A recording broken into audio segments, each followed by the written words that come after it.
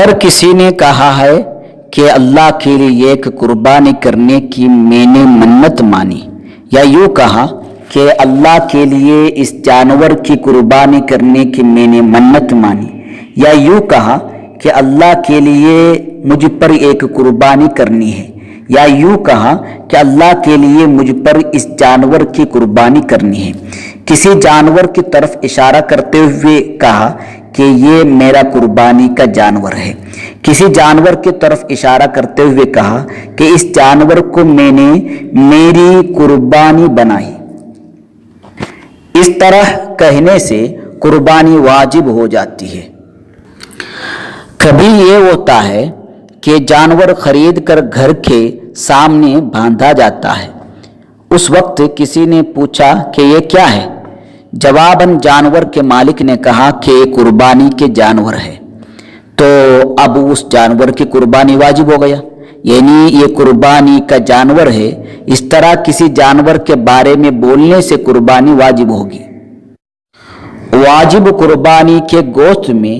ایک ٹکڑا بھی گھر کے لیے رکھا نہیں جا سکتا، نہ ہی مالدار کے لیے ہدیتاً دیا جا سکتا ہے۔ واجب قربانی کے گوشت اور چمڑا صرف اور صرف غربا و مساکین میں ہی تقسیم کرنا ضروری ہوگی۔ قربانی واجب بھی نہ ہو اور پوچھنے والے کو جواب بھی دے سکے تو کیا کرے؟ کسی کے سوال پر یہ نہیں کہے کہ قربانی کا جانور ہے، یہ قربانی کا جانور ہے، تو پھر کیا کہے؟ دیکھیے، اگر آپ یہ قربانی کا جانور ہے، اس کے بجائے، یہ کہنے کے بجائے آپ کہتے ہیں کہ عید کے لیے لایا ہوں، عید کے دن کاٹنے کے لیے رکھا ہوا ہے، سنت قربانی کے لیے لایا ہوں، تو قربانی واجب نہیں ہوگی۔ ہم نے ابتدا میں منت کے چند سیغے بتائے ہیں، اس میں دو قسم کے سیغے ہیں،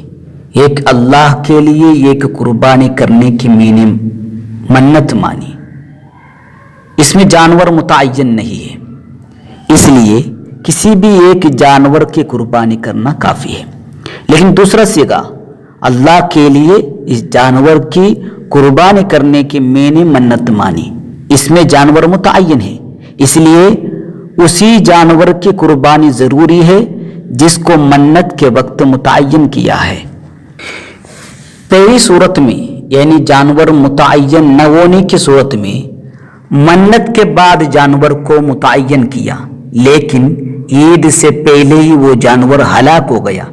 قربانی کے وقت ہونے سے پہلے ہی وہ جانور ہلاک ہو گیا، تو اس صورت میں اس جانور کے بدلے دوسرے جانور کو ذبح کیا جائے گا، قربانی کی جائے گی۔ دوسری صورت میں جانور متعین تھا، اس میں عید سے پہلے کوئی کوتاہی کے بغیر جانور ہلاک ہو گیا، تو اس کے بدلے دوسرے جانور کی قربانی کرنی نہیں ہوگی۔ اگر کسی کوتاہی کی وجہ سے ہلاک ہو گیا تب تو دوسرے جانور کی قربانی کرنی ہوگی۔ اگر منت مانتے وقت عیب والے جانور کو متعین کیا ہے تو اسے ذبح کرنا واجب ہوگا، اور اگر بغیر کسی تعین کے منت مانی تو تعین کرتے وقت ایسے جانور کو تعین کرنا ضروری ہے جو معیوب نہ ہو، یعنی عیب سے پاک ہو۔ تعین کرتے ہی وہ جانور متعین ہوگا، اسے ذبح کرنا واجب ہوگا، اور اگر عیب والے جانور کو تعین کیا تو متعین نہیں ہوگا۔ منت مانتے وقت ہی اس نے لنگڑے جانور کی قربانی کرنے کی منت مانی،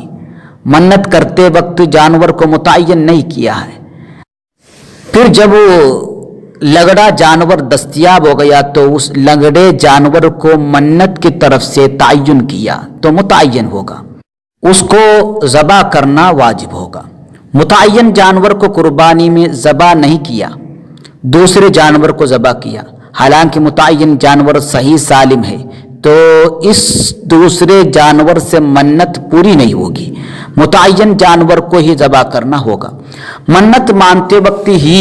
کسی صحیح جانور کو متعین کیا، پھر وہ جانور عیبدار بنا تب بھی اسی جانور کو ذبح کرنا ہوگا۔ منت کے وقت تعین نہیں کیا تھا، منت ماننے کے بعد تعین کیا اور ذبح سے پہلے وہ عیبدار ہو گیا، تو اب اس جانور کے بدلے صحیح جانور کو ذبح کیا جائے گا۔